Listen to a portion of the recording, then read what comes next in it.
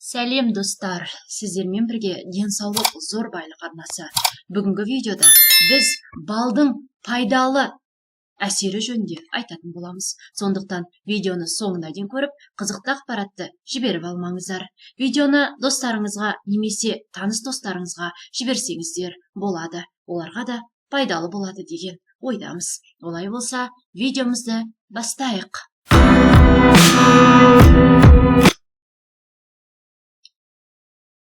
Балдың негізгі артықшылықтарына тоқталып кетейік.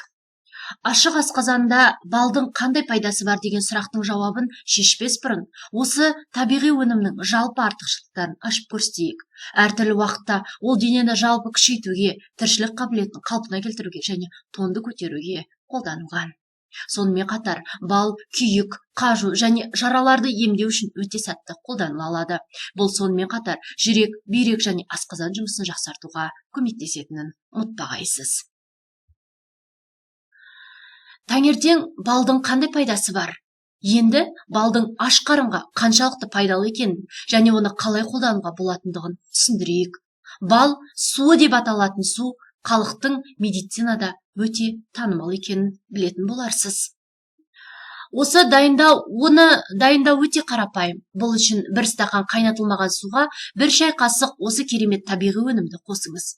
Олар ұқсас құрамын аш қарынға ішеді, ал оны күніне 2 рет, таңертең ғана емес, кешке ұйықтар алдында да қолдануға болады екен.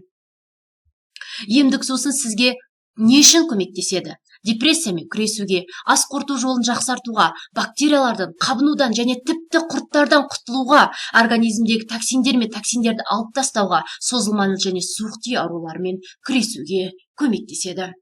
Арықтайтын сиқырлы сусын болып табылады. Алайда бал таңертең аш қарынға ең алдымен жек көретін килограммен қоштасу үшін жұмсалады.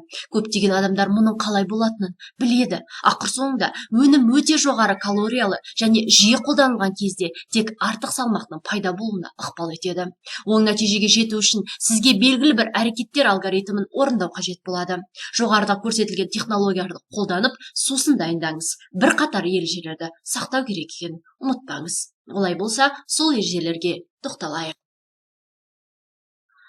Суды қайнатпау керек. Сүзілген сұйықтықты қолданыңыз.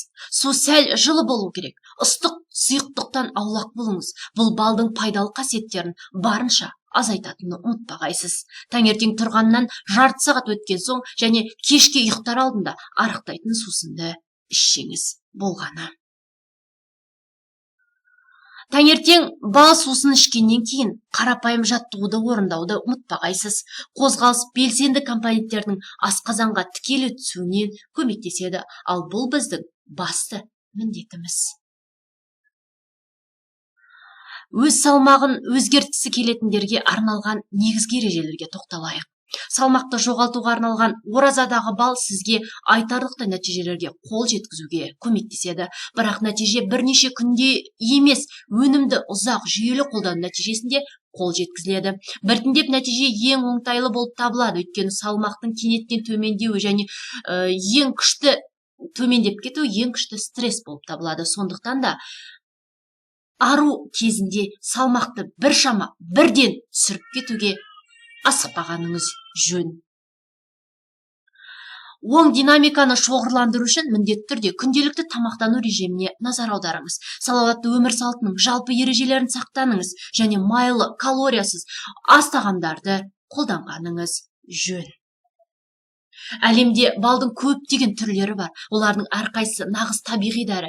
Еңбекқор аралар гүлдің нектарынан шығаратын өнім пайдалы ғана емес, сонымен қатар өте дәмді. Бірінші бал омартада, әдетте көктемде алғашқы примозалармен бірге пайда болады. Ол ұяның иелеріне қалдырып сатылымға ешқашан қойылмайды. Адамдар сияқты бал жейтін аралар күш алады және жаз бойы белсенді жұмыс істей алады.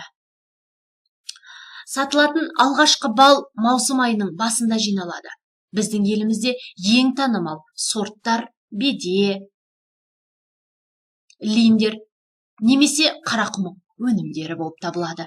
Ресейде орман дала шалғындық балды бағалайды және жақсы көреді. Бірақ ең тәттісі балдан күтім жасайтын аралар дайындаған композиция, ағаш жапырақтары бөлетін шырын. Айтпақшы, ол ең пайдалы болып саналады. Оның құрамында ерекше минералдың мөлшері көп екенін ұмытпағайсыз. Бүгінгі видеомыз сізге пайдалы болды деген ойдамын. Олай болса, біздің каналыма тіркеліп, қолдау көрсетіп кетуді ұмытпағайсыз. Келесі видеода жолыққанша сау болыңыздар.